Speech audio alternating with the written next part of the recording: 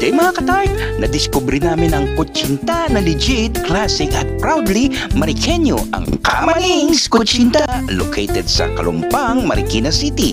Araw-araw silang gumagawa ng kutsinta. Laging fresh, laging sold out. Hindi ito yung typical na kutsinta na alam mo. Ito yung gawa sa bilao na chewy, malagkit at may langka pa at may ginadgad na nyog. Authentic na traditional kutsinta ng Marikina. Sa pagkagawa pa lang, quality na. Available sa 90 pesos na tub, 350 na kalahating bilao at 700 na full bilao. Pang merienda man o handaan, swak sa budget at panlasa. At walang umay, may langka at nyog pa. Perfect!